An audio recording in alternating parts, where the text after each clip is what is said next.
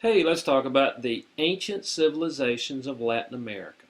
Um, Let me get my pen on. The three we're going to concentrate on in this session are the Mayans, the Aztecs, and the Incas. Now, the Mayans were kind of farther north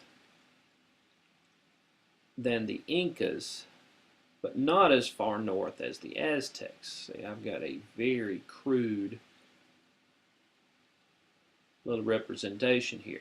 We have Mexico, which is right about here. The Mayans were in southern Mexico and in some of the areas south of there. So here's where the Mayans were. The Mayans were indeed around earlier than the other two. The Mayans were prominent around year 250 AD to 850 to 900 AD. The Mayans had quite some intellectual stuff going on. Your book will tell you that they understood the mathematical concepts of zero, that they had a 365-day calendar, just like we have, and that they have the best written language of any ancient Latin American civilization. They used what's called hieroglyphs. Now, you may have heard of hieroglyphs when studying Egypt before. Hieroglyphs are where you have a symbol that stands, a picture that stands for a word or a syllable. So there are many Mayan things still around today where if somebody could interpret it, they could read what they were saying. I think people have been able to interpret it fairly well. Now, the Mayans were good farmers. They used what's called the slash and burn method. Let me find some space out here. I'll describe what the slash and burn method was. What they would do is they'd take a piece of land that was covered in trees.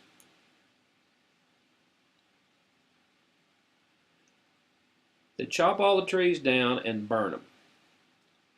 And then they would use that land that it was on. The nutrients from the trees, from the burning of the trees, from the ashes, would help them grow plants there.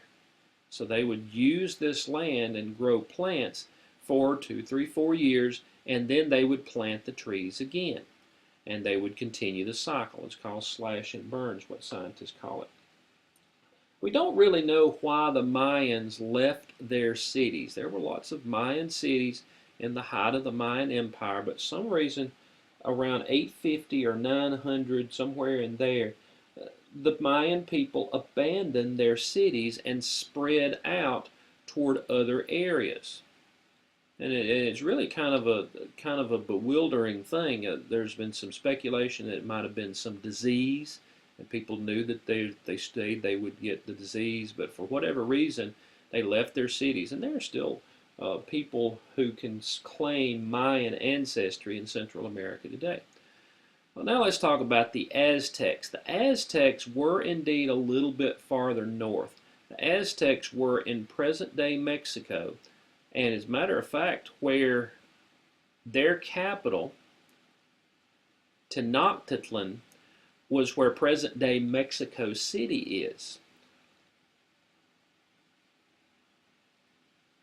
Now, you may remember that Mexico City is located in a lake bed. Now, whenever the Aztecs were here, that lake was still here. Tenochtitlan was on an island, and that made it really hard for enemies, opposing tribes, to come and take over Tenochtitlan because it was on an island. They'd have to get past the water before they could even approach it. And it kind of was really helped them establish their empire for as long as they did. They were very powerful around the year 1200 through around the year 1500-ish. Now in 1500 something, they were conquered by the Spanish. You can point to a time whenever they were overtaken.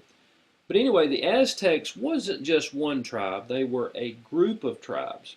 And in fact, the name Mexico comes from one of those group names. They were a very warfare-oriented group. They really were into war. It was quite an honor if you were to die fighting for the Aztec Empire. they did have some creative farming practices. Since Tenochtitlan was around the lake, they had, and you'll see a pretty good diagram in your book, they had these floating gardens called, well, it's right here, chinampas. Floating gardens called chinampas. And what happened basically, they were able to build up in the water ground. They put plants, dead plants, they put soil, and what they did was they had these trees that were planted on the very ends of it.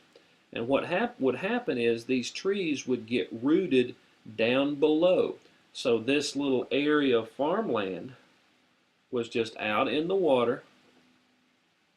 I guess I shouldn't put that there. It's out in the water, but it was solid enough to where you had the trees that were literally holding it down. So that was super farmland, just being out amongst the water. You had didn't have to worry about watering it much at all. And these were willow trees that were literally used to anchor these piles of fertile mud and create a garden type area. And yes, they were in fact defeated by the Spanish when the Spanish conquistadors came over in the 1500s. We'll talk a little bit more about that later, but let's talk now about the Incas. The Incas were prominent around 1400 to 1600, kind of the same time as the Aztecs. But they didn't come in much contact with the Aztecs. The Incas were down here in South America. Down here in South America, near the Andes Mountains. You may remember the Andes Mountains went right down through this little area. Many, many, many miles away from the Aztecs. However, they met the same fate. 1600s, they were also defeated by the Spanish. Let me tell you a little bit about the Incans. The capital of the Incans was named Cuzco. That was the capital city. They had a huge empire that included parts of several modern-day countries.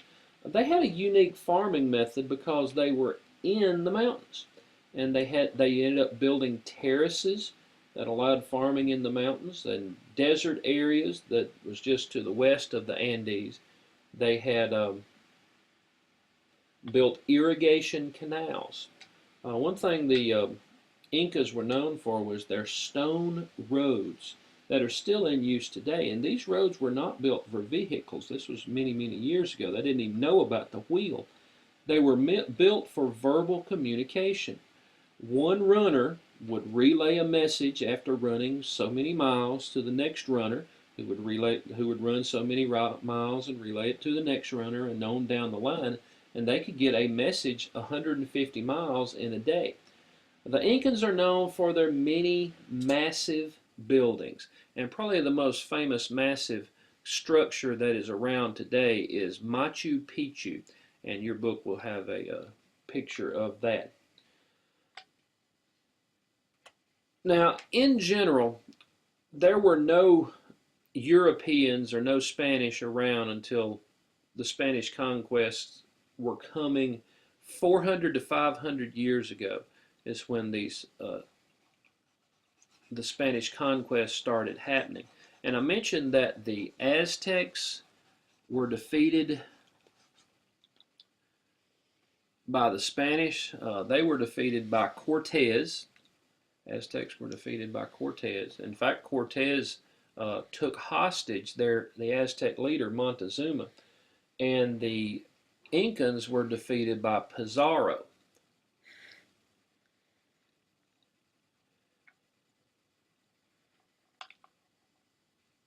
Pizarro toppled their leader, Atahualpa. The Spanish then would enslave the Aztecs and enslave the Incas. And over time, there was an exchange of trade. And that's what the Columbian Exchange is. That's trade between Spain and the New World, these areas that were conquered by people like Cortez and Pizarro. And eventually, it was not just an exchange of trade. There was an exchange of culture. Things that were brought over from Spain were more commonly used in the Americas, and things that were commonly used in the Americas were brought over to Spain. Okay, let's see what you remember. I'll erase everything. I didn't know I had to remember anything. Yes, you do have to remember a thing or two. Okay, the ancient civilizations, we'll talk about the Mayas first. Can you tell me what years the Mayans were in power? Were very prominent? Can you tell me a little bit about their calendar? What their mathematical concept was that they figured out? Can you tell me anything about their language? What about their farming techniques?